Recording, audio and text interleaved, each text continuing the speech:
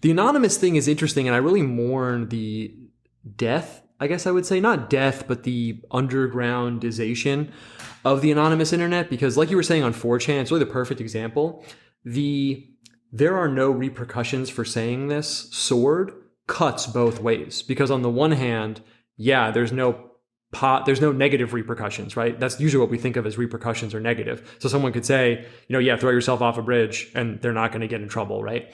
But there's also a lack of positive repercussions that impart a certain level of honesty that I think that the new internet is not really going to have. I mean, 4chan is a really good example on their, finance board. Let's say if someone says, I don't know if people are into crypto or whatever, but the point is, you post your portfolio, you say, what do you guys think? If someone says, you're an idiot, sell X, get Y, or you're a fool. That person, I mean, they don't even have a name or an avatar or anything. They're just telling you that because they want to tell you. They're not trying to build a brand. They're not trying to, there's no positive incentive either. So it's interesting because it kind of, like I said, goes both ways. I experienced that a lot with art, and I think that has to do with the internet becoming safer and more tamed and what's the word I'm looking for? Domesticated would really be a good word. Because when I was coming up in the game, when I posted art online and it was bad, people would say, this is the worst thing I've ever seen in my life. You should never draw again. And if I saw this in real life, I'd probably throw up and never talk to you again. I literally can't believe how bad this is. And because of that, I was like, wow, I really need to get better. I really need to step it up. And I did.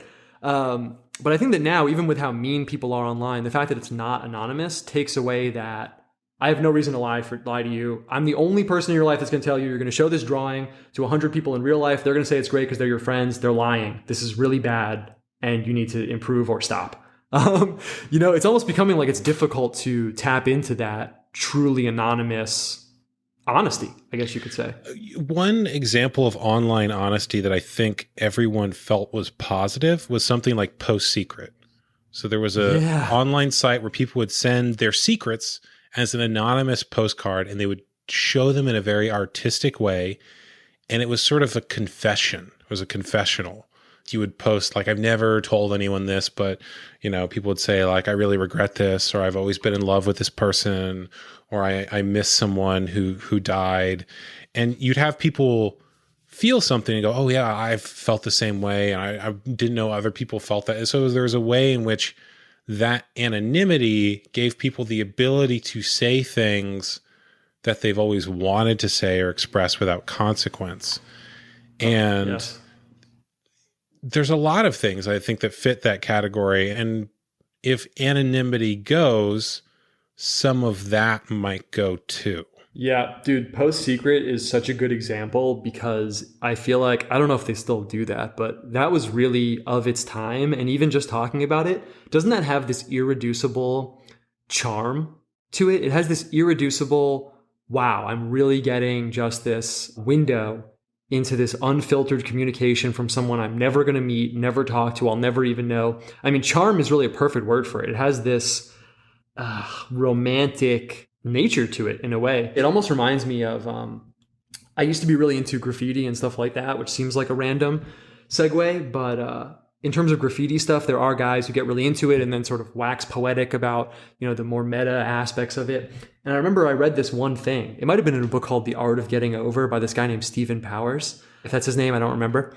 But he said something like, when you go into a bathroom and you look at the bathroom stall and someone's written something there, that is the only space in modern society where someone can communicate to you directly, totally unfiltered by anything, not filtered by who they are, what they look like, by any media, any advertisers, paper, nothing. It's just direct communication. And he was like, that's the only place. Graffiti is the only way for someone to directly talk to you unfiltered by anything. I don't know if that's true or not, but I think there's an aspect of the anonymous internet that also has that. Wow, this is almost one of the only ways where someone can directly talk to you unfiltered by anything.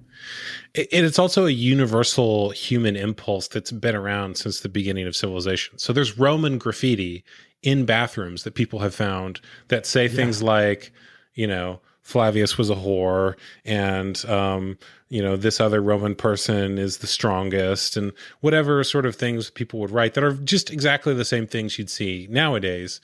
And I think that there might be something lost when that ceases to be a physical space that is separate from the rest of the world. Like, there's a reason people are writing that on the walls of bathroom stalls and not on the walls of office buildings.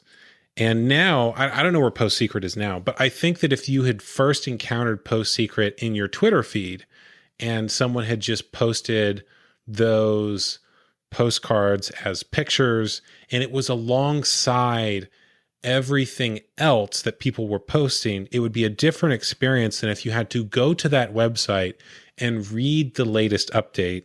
And there was a different aesthetic and separation of that from the rest of the internet. Yeah, dude, that's such a good observation. It would be completely and totally different. Even just the act of going to the website and it has the dark background and you're scrolling through this feed and that's the only thing there. I mean, it feels like going through someone's, drawer or something. It feels like a private experience.